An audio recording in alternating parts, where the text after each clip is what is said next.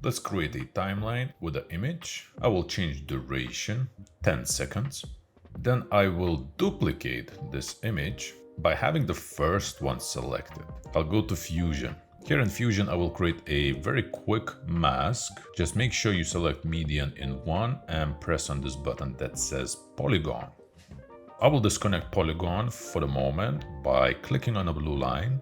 And now we have to select the area where we want to animate the clouds. I want these clouds to move in this area. And one important thing, keep some spacing between the frames or mountains, whatever you have, because we want to add what's called soft edge. So I selected this area, then connect the mask and invert. Let's add soft edge, just a touch. Go back to edit.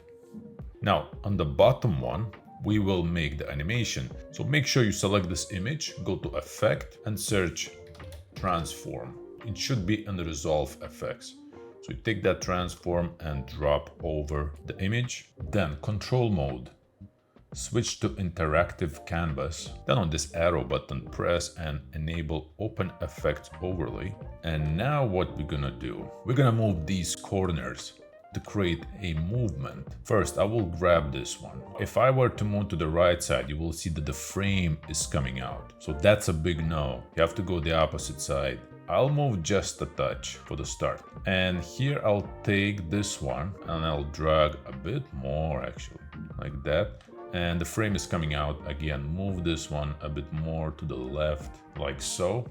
Or just make sure whatever you have, trees, mountains, move in the way so no frame, no object is coming out. So you see only the clouds, like this. Then, where's animation? Canvas keyframes. Add a keyframe. But before you do that, make sure this time indicator is at 0. And then add a keyframe. And then let's move the time indicator to the very end. And this is where we're gonna move the canvas. So now we're moving those two corners to the left side. So I'll move it until the frame is visible, until here.